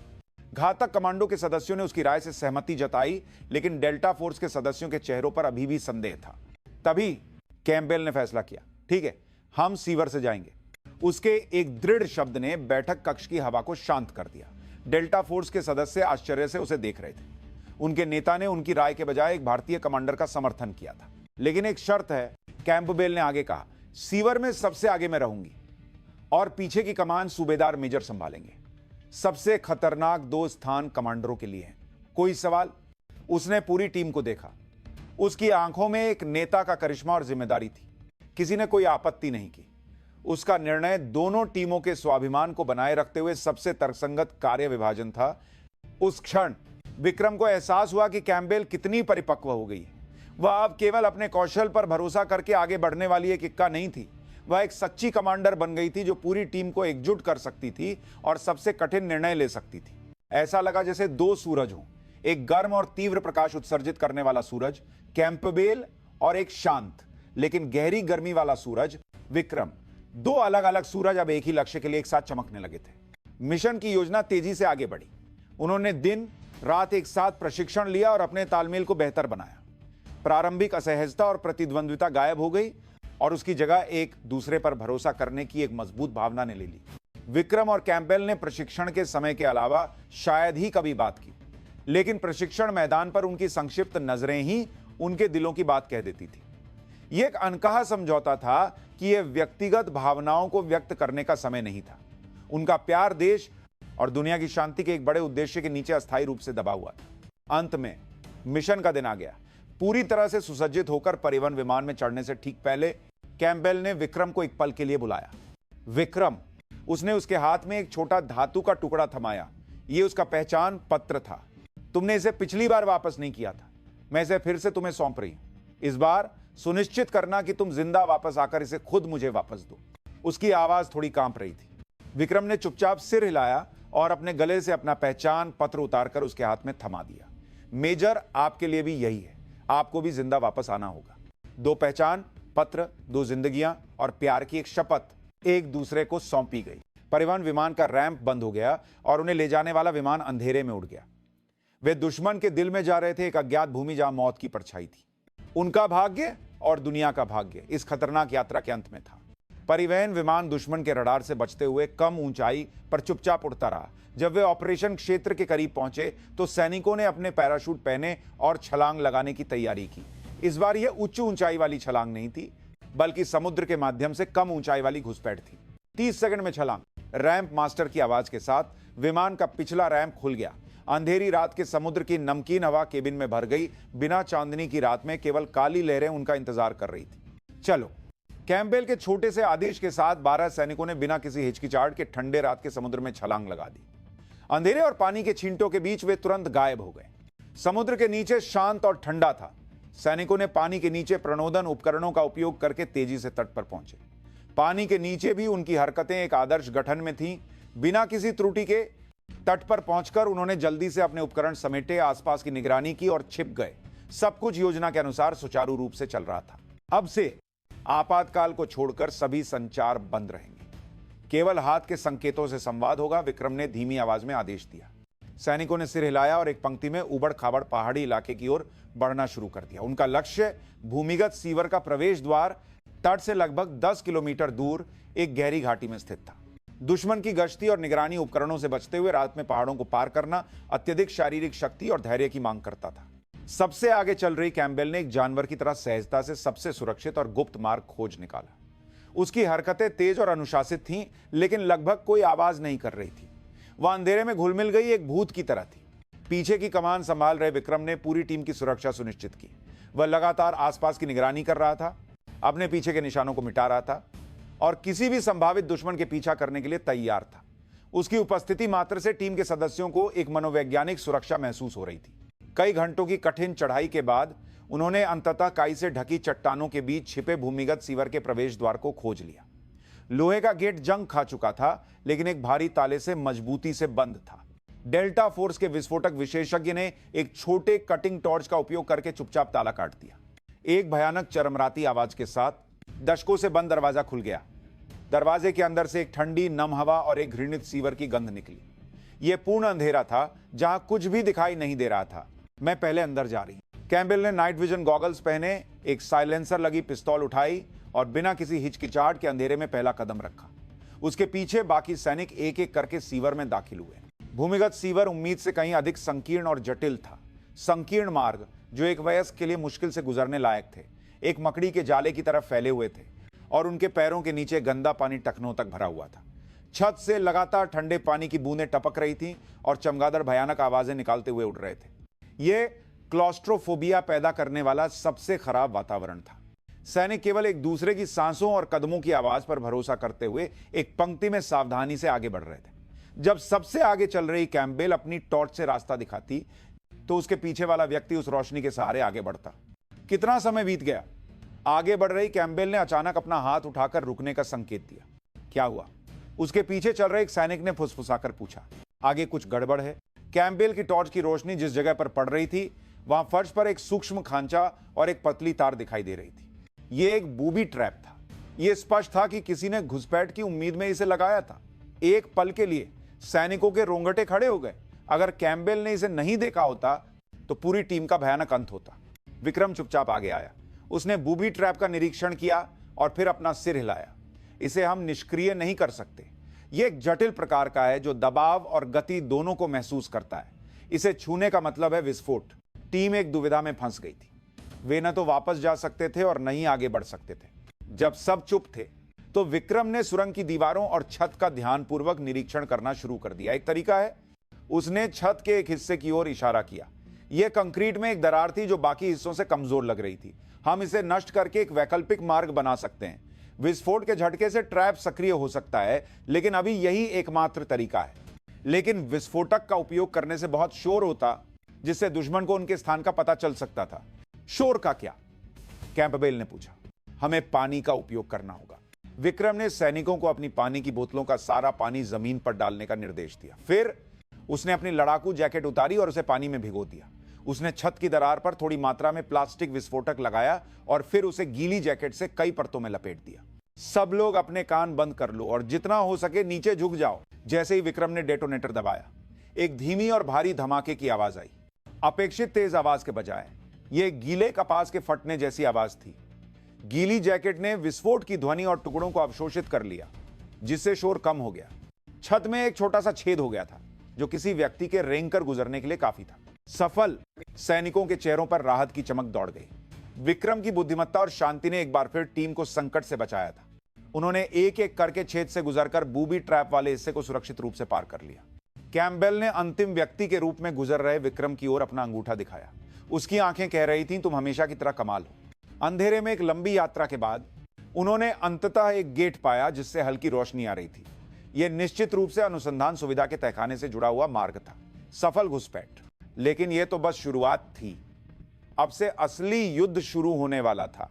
स्टील जैसी इच्छा शक्ति और पानी जैसी लचीली बुद्धि वाले 2 कमांडर और 10 सैनिक दुश्मन के दिल में सबसे गहरी और सबसे अंधेरी लड़ाई शुरू करने के लिए तैयार थे। गेट के पार का क्षेत्र अनुसंधान सुविधा के एक विशाल वेंटिलेशन शाफ्ट से जुड़ा हुआ था। जटिल रूप से उलझे हुए नलिकाओं और पाइपों के बीच वे नीचे की मंजिलों पर व्यस्त वैज्ञानिकों को देख सकते थे। भारी हथियारों से लैस गार्ड हर जगह गश्त कर रहे थे। लक्ष्य सबसे निचली मंजिल के केंद्र में स्थित जैव रासायनिक हथियार प्रयोगशाला है। हमें वहां से नमूने और डेटा हासिल करना है और पूरी सुविधा को नष्ट करना है। कैम्पबेल ने एक बार फिर मिशन योजना को दोहराया। हम टीम को 2 भागों में विभाजित करेंगे। अल्फा टीम का नेतृत्व मैं करूंगी। हम सुविधा के केंद्रीय नियंत्रण कक्ष पर कब्जा करेंगे और अलार्म सिस्टम को निष्क्रिय करेंगे। ब्रावो टीम का नेतृत्व सूबेदार मेजर करेंगे और वे मुख्य बिजली घर को नष्ट करेंगे और दुश्मन के सुदृढ़ीकरण को रोकेंगे। अपने अपने कार्यों को पूरा करने के बाद हम सबसे निचली मंजिल की प्रयोगशाला के सामने मिलेंगे। कोई सवाल? सैनिकों ने चुपचाप सिर हिलाया। दोनों ने एक दूसरे की आंखों में देखा। अब से उन्हें अलग होकर अपने अपने मिशन को अंजाम देना था। अपना ध्यान रखना, कैम्पबेल ने धीमी आवाज में कहा। आप भी मेजर, विक्रम ने संक्षिप्त उत्तर दिया। यह उनकी आखिरी बातचीत थी। एक पूर्व नियोजित संकेत के साथ दोनों टीमें रस्सियों का उपयोग करके वेंटिलेशन शाफ्ट से चुपचाप नीचे उतरी। अल्फा टीम भूतों की तरह चली। कैम्पबेल के नेतृत्व में उन्होंने निगरानी कैमरों के अंधे धब्बों का उपयोग किया, गश्ती गार्डों के बदलाव के समय का सटीक फायदा उठाया और एक एक करके उन्हें चुपचाप खत्म कर दिया। उसके निर्णय चाकू की तरह तेज थे और उसकी हरकतें एक हत्यारे की तरह गुप्त थी। अंत में वे केंद्रीय नियंत्रण कक्ष तक पहुंच गए। 3, 2, 1। अब एक फ्लैशबैंग के साथ अल्फा टीम ने दरवाजा तोड़कर अंदर प्रवेश किया और कुछ ही सेकंड में नियंत्रण कक्ष के अंदर के सभी गार्डों को काबू में कर लिया। डेल्टा फोर्स के संचार विशेषज्ञ ने जल्दी से सिस्टम में प्रवेश किया। सभी अलार्म बंद कर दिए और निगरानी कैमरों के फुटेज को एक लूपिंग वीडियो से बदल दिया। पूरी सुविधा एक पल के लिए अंधी और बहरी हो गई थी। उसी समय विक्रम के नेतृत्व वाली ब्रावो टीम बिजली घर की ओर बढ़ रही थी। उनका मार्ग अल्फा टीम की तुलना में कहीं अधिक खतरनाक था। उन्हें भारी संख्या में गार्डों वाले क्षेत्र से गुजरना था। वे एक संकीर्ण गलियारे में एक गश्ती दल से टकरा गए। यह एक अपरिहार्य मुठभेड़ थी। धायन धायन, साइलेंसर लगी बंदूकों की आवाजें गलियारे में गूंज उठी। विक्रम और घातक कमांडो के सैनिक एक शरीर की तरह चले और तुरंत दुश्मनों को काबू में कर लिया। उनकी निशानेबाजी लगभग चमत्कारी थी। हिलती हुई रोशनी के नीचे भी वे चलते हुए लक्ष्यों पर सटीक निशाना लगा रहे थे। नायब सूबेदार पवार ने अपने दोनों हाथों में पिस्तौल लेकर नाचते हुए दुश्मनों को मार गिराया, लेकिन गोलियों की आवाज ने अनिवार्य रूप से अन्य गार्डों का ध्यान आकर्षित किया। गलियारे के दूसरी ओर से सुदृढ़ीकरण आने लगे। मैं कवर देता हूं, तुम लोग आगे बढ़ो। विक्रम ने अपनी टीम को आगे भेजा और अकेले ही गलियारे में खड़े होकर आने वाले दुश्मनों का सामना किया। वह एक एड के पीछे छिप गया और अविश्वसनीय सटीकता के साथ दुश्मनों के सिर पर निशाना लगाया। जब भी उसकी राइफल से गोली निकलती, एक दुश्मन गिर जाता। वह अकेले ही एक सेना के बराबर था। अंत में ब्रावो टीम मुख्य बिजली घर तक पहुंच गई। उन्होंने विशाल जनरेटर पर बम लगाए। विक्रम ने अंतिम क्षण तक दुश्मन के पीछा करने को रोका और जब बम लगने की पुष्टि हुई तो वह उनके साथ शामिल हो गया। सब लोग बाहर निकलो। उसके चिल्लाने के साथ ही सैनिक बिजली घर से बाहर निकल गए। कुछ क्षणों बाद एक भयंकर धमाके के साथ बिजली घर में विस्फोट हो गया। पूरी सुविधा की रोशनी चली गई और आपातकालीन बिजली चालू होने के साथ लाल चेतावनी रोशनी चमकने लगी। अल्फा और ब्रावो टीमें लगभग एक ही समय में नियत स्थान सबसे निचली मंजिल की प्रयोगशाला के सामने मिली। उनके चेहरे बारूद के धुएं और पसीने से सने हुए थे, लेकिन उनकी आंखें चमक रही थी। अब आखिरी चरण है। विक्रम ने प्रयोगशाला के भारी स्टील के दरवाजे की ओर इशारा किया। जैसे ही वे दरवाजा तोड़ने और अंदर घुसने वाले थे, प्रयोगशाला के अंदर से गोलियों की आवाजें आईं और फिर चीखें सुनाई दी। क्या हो रहा है? सैनिक भ्रमित हो गए। दरवाजा तोड़कर अंदर घुसने पर उन्होंने एक अप्रत्याशित दृश्य देखा। प्रयोगशाला पहले से ही एक युद्ध का मैदान बन चुकी थी। सफेद कोट पहने वैज्ञानिक फर्श पर पड़े हुए थे और काले लड़ाकू वर्दी पहने अज्ञात हमलावर बाकी वैज्ञानिकों को धमका रहे थे और कंप्यूटरों पर डेटा नष्ट कर रहे थे। वे सुविधा के गार्ड नहीं थे, वे कहीं अधिक प्रशिक्षित और निर्दयी लग रहे थे। उनकी भुजाओं पर एक काले बिच्छू का टैटू था। वे काला बिच्छू के एजेंट थे। उन्होंने पहले ही हमला कर दिया था। वे वही हैं। कैंपबेल चिल्लाई। संयुक्त टीम और काला बिच्छू के एजेंटों के बीच एक भयंकर गोलीबारी शुरू हो गई। प्रयोगशाला विभिन्न प्रायोगिक उपकरणों और कांच के बर्तनों से भरी हुई थी, जिससे हर तरफ टुकड़े और चिंगारियां उड़ रही थी। विक्रम और कैंपबेल कंधे से कंधा मिलाकर एक दूसरे की पीठ की रक्षा करते हुए लड़े। दो सूरज एक ही लौ की तरह जल रहे थे। जब कैंपबेल की गोलीबारी दुश्मन की रक्षा पंक्ति को तोड़ती, तो विक्रम उस खाली जगह में घुसकर दुश्मन के दिल पर वार करता। उनका समन्वय पूर्णता से परे एक कला के स्तर पर था। एक भयंकर लड़ाई के बाद उन्होंने अंततः प्रयोगशाला के सभी दुश्मनों को मार गिराया। लेकिन स्थिति सबसे खराब थी। अधिकांश डेटा नष्ट हो चुका था और सबसे महत्वपूर्ण सामूहिक विनाश के हथियार के नमूने वाला एक ठंडा भंडारण कंटेनर गायब था। धत, वे इसे लेकर भाग गए, एक सैनिक चिल्लाया। तभी विक्रम ने फर्श पर पड़े एक घायल वैज्ञानिक के सीने पर एक चमकता हुआ रेडियो देखा। उसने रेडियो उठाया। हेलीकॉप्टर, छत, भागने की तैयारी। एक शोरगुल वाली आवाज आई। छत। वे छत से हेलीकॉप्टर से भागने की योजना बना रहे। विक्रम चिल्लाया। उनके पास ज्यादा समय नहीं था। उन्होंने नष्ट हुई प्रयोगशाला को पीछे छोड़ा और सुविधा के सबसे ऊंचे स्थान छत की ओर बेतहाशा दौड़ना शुरू कर दिया। दुनिया के भाग्य से जुड़े नमूने को वापस पाने के लिए अंतिम पीछा शुरू हो गया था। पूरी सुविधा अराजकता में थी। विस्फोटों के कारण आग फैल रही थी और आपातकालीन अलार्म कानों को फाड़ रहा था। विक्रम और कैंपबेल के नेतृत्व वाली संयुक्त टीम ढहते हुए मलबे और आने वाले दुश्मन को पार करते हुए छत की ओर बेतहाशा दौड़ रही थी। लिफ्ट पहले ही काम करना बंद कर चुकी थी। वे आपातकालीन सीढ़ियों का उपयोग करके लगातार ऊपर चढ़ते रहे। उनकी सांसें फूल रही थी और उनके शरीर की हर मांसपेशी दर्द कर रही थी, लेकिन कोई नहीं रुका। अंत में जब उन्होंने छत की ओर जाने वाला अंतिम लोहे का दरवाजा तोड़ा, तो उनकी आंखों के सामने एक निराशाजनक दृश्य था।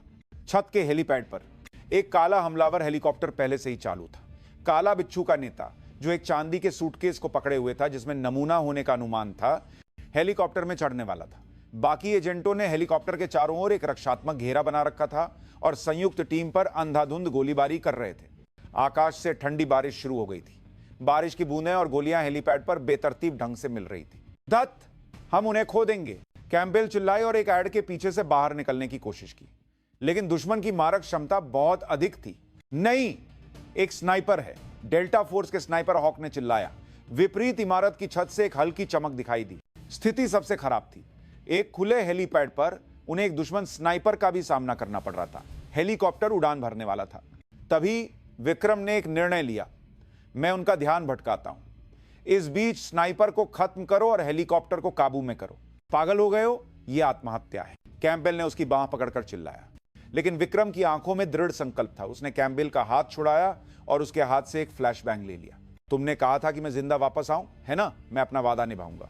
उसने कैंपबेल की ओर पहली और आखिरी बार एक हल्की मुस्कान दी और फिर बिना किसी हिचकिचाहट के उसने खुद को गोलियों की बौछार में झोंक दिया। सभी दुश्मनों की बंदूकें उसकी ओर मुड़ गईं। विक्रम ने मानवीय सीमाओं को पार करते हुए एक जिगजैग पैटर्न में दौड़ते हुए गोलियों से बचा। उसके शरीर से निकलने वाली ऊर्जा एक विशाल तूफान की तरह थी और दुश्मन अनजाने में उसकी हरकतों से अभिभूत हो गए। उसने दुश्मन की रक्षा पंक्ति के ठीक सामने फ्लैशबैंग फोड़ दिया। एक भयंकर धमाके और एक चकाचौंध करने वाली रोशनी ने एक पल के लिए दुश्मनों की दृष्टि को बाधित कर दिया। यही वह क्षण था। धायन हॉक की स्नाइपर राइफल ने आग उगल दी। गोली बारिश को चीरती हुई विपरीत इमारत पर छिपे दुश्मन स्नाइपर के सिर में जा लगी। उसी समय कैंपबेल और बाकी सैनिक एक साथ बाहर निकले। उन्होंने उन दुश्मन पर गोलियों की बौछार कर दी जो अभी भी फ्लैशबैंग के झटके से उबर नहीं पाए थे। विक्रम ने इस अवसर को नहीं छोड़ा। उसने काला बिच्छू के नेता की ओर छलांग लगाई जो हेलीकॉप्टर में चढ़ने वाला था। दोनों के शरीर हेलीपैड पर जोर से टकराए। चांदी का सूटकेस जमीन पर गिर गया। नेता एक विशालकाय और राक्षसी शक्ति वाला व्यक्ति था। उसने विक्रम को धक्का दिया और एक चाकू निकाल लिया। विक्रम ने भी अपना लड़ाकू चाकू निकाल लिया। बारिश में दो लोगों के बीच एक हताश लड़ाई शुरू हो गई। धातु से धातु के टकराने की तीखी आवाज गोलियों की आवाज के बीच गूंज रही थी। दोनों एक दूसरे के महत्वपूर्ण अंगों पर निशाना साधते हुए बेरहमी से चाकू चला रहे थे। यह प्रशिक्षित कौशल की लड़ाई नहीं थी, बल्कि केवल प्रतिद्वंद्वी को मारने की एक सहज लड़ाई थी। इस बीच कैंपबेल हेलीकॉप्टर की ओर दौड़ी। उसने कॉकपिट की ओर अपनी राइफल से गोलियां चलाई और पायलट खून से लथपथ होकर गिर गया।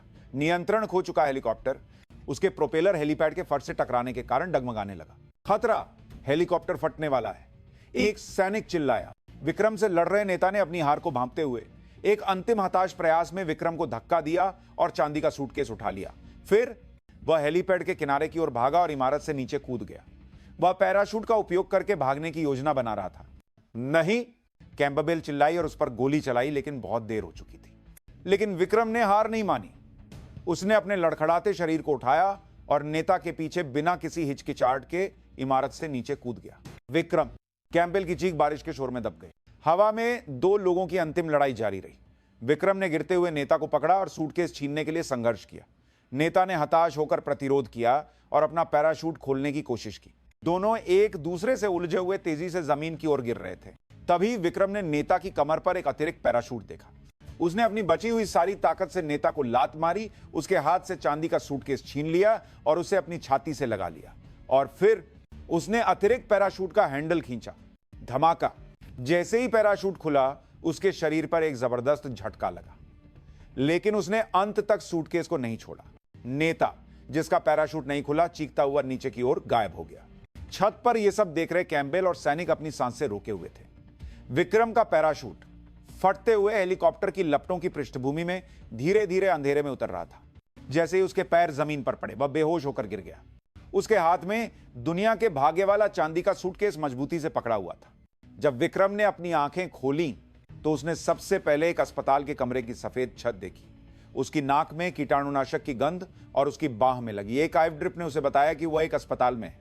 उसका पूरा शरीर प्लास्टर और पट्टियों में लिपटा हुआ था और उसे सुइयों के चुभने जैसा दर्द हो रहा था। होश आ गया। एक परिचित आवाज पर उसने अपना सिर घुमाया। एक चिंतित चेहरे वाली कैंपबेल उसके बिस्तर के पास बैठी थी।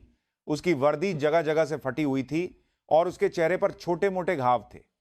उसकी आंखें लाल और सूजी हुई थी, जैसे वह कई रातों से सोई न हो। हम कहां हैं? विक्रम की आवाज फटी हुई थी। एक सुरक्षित जगह पर। मिशन सफल रहा। तुम्हारी वजह से उसकी आवाज में राहत और थकान का मिश्रण था। नमूना सुरक्षित है?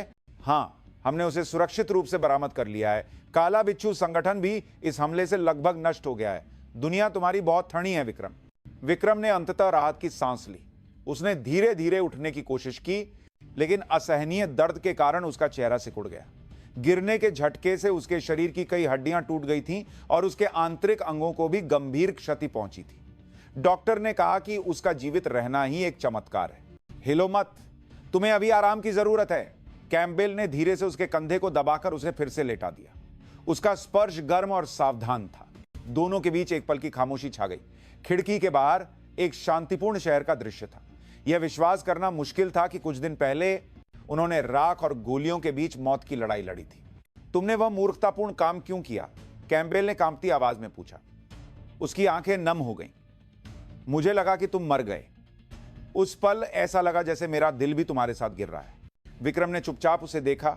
उसने अपना हाथ, जो पट्टी में नहीं था, बढ़ाया और उसके गालों पर बहते आंसुओं को धीरे से पोंछा। क्योंकि मुझे एक वादा निभाना था, उसने मुश्किल से कहा। जिंदा वापस आने का वादा, और मुझे तुम्हें कुछ वापस भी देना था। उसने अपने गले में लटके उसके पहचान पत्र की ओर इशारा किया। भयंकर लड़ाई के बीच भी उसने उसे नहीं खोया था। कैंपबेल और कुछ नहीं कह सकी और अपना चेहरा उसकी छाती में छिपाकर रोने लगी।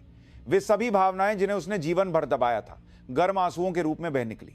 एक स्टील जैसी महिला योद्धा का कोई निशान नहीं था। केवल एक महिला थी जो अपने प्रिय व्यक्ति के सामने कमजोर थी। विक्रम ने चुपचाप उसकी पीठ थपथपाई। उसके खुरदरे स्पर्श में वह सारा आराम और प्यार था जो वह दे सकता था। कुछ समय बाद कैंपबेल ने अपनी भावनाओं पर काबू पाया और अपना सिर उठाया।